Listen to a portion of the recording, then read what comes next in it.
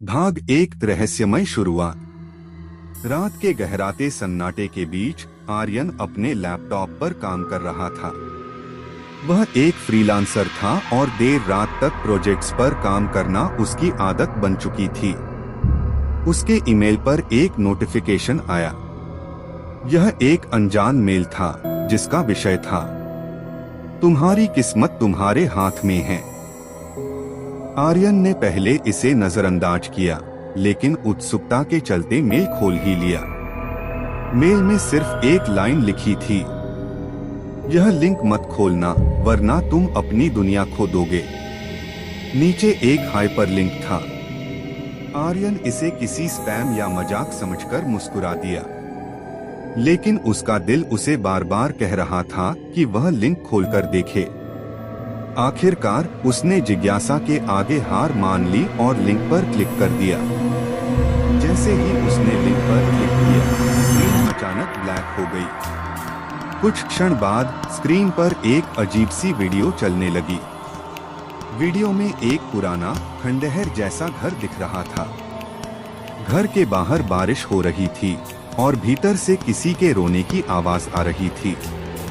यह क्या बकवास है, आर्यन बुदबुदाया। तभी स्क्रीन पर एक टेक्स्ट आया, तुमने इसे देख लिया है, अब इसका अंत तुम्हें देखना होगा। भाग 2 डरावने सपने की शुरुआत। उस रात आर्यन को बहुत बुरे सपने आए। उसने खुद को उसी पुराने खंडहर में चलते हुए पाया। घर के अंदर अंधेरा और सन्नाटा था। दीवारों पर खून के धब्बे थे और हर कोने से किसी के सांस लेने की आवाज सुनाई दे रही थी। वह धीरे धीरे एक कमरे की ओर बढ़ा जहां से रोने की आवाज आ रही थी। जैसे ही उसने दरवाजा खोला, एक महिला की परछाई अचानक उसकी ओर दौड़ी। आर्यन की चीख के साथ उसकी नींद टूट गई। यह तो बस सपना था, उसने खुद को शांत करते हुए कहा।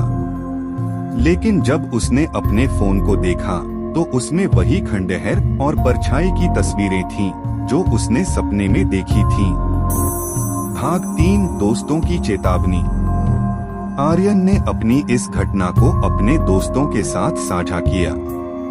उसके दोस्त पहले तो हंसे, लेकिन जब उसने अपने फोन पर वह तस्वीरें दिखाई तो वे भी गंभीर हो गए। भाई, ये लिंक क्यों खोला? इंटरनेट पर ऐसी चीजें मजाक नहीं होती, उसके दोस्त आदित्य ने कहा। तुम्हें साइबर क्राइम को रिपोर्ट करना चाहिए, दीप्ति ने सुझाव दिया। लेकिन आर्यन ने इसे हल्के में लिया और इस बारे में ज्यादा नहीं सोचा। हालांकि अजीब घटनाएं उसके आसपास बढ़ने लगी। कभी दरवाजे खुद ब खुद खुलते, कभी रात में किसी के चलने की आवाज आती। उसका फोन खुद ही चालू हो जाता और उसमें वही वीडियो बार बार चलने लगती। भाग 4 खंडहर की ओर यात्रा। एक रात आर्यन के फोन पर एक लोकेशन आई। वह लोकेशन उसी खंडहर की थी जो उसने वीडियो और सपने में देखा था। अब यह बकवास बहुत हो गई, उसने गुस्से में कहा।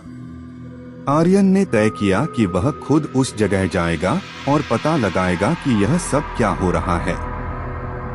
अगली सुबह वह अपने दोस्तों आदित्य और दीप्ति के साथ उस लोकेशन पर गया। जगह बिल्कुल सुनसान थी। आसपास के लोग उस खंडहर को शापित घर कहते थे।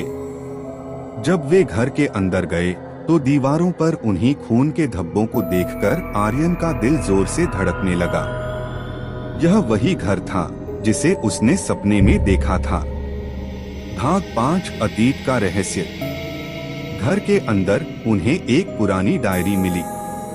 उसमें लिखा था, यह घर शापित है। जिसने भी इसे छेड़ा उसने अपनी जिंदगी खो दी। डायरी के आखिरी पन्ने पर एक नाम लिखा था, अन्वेषा।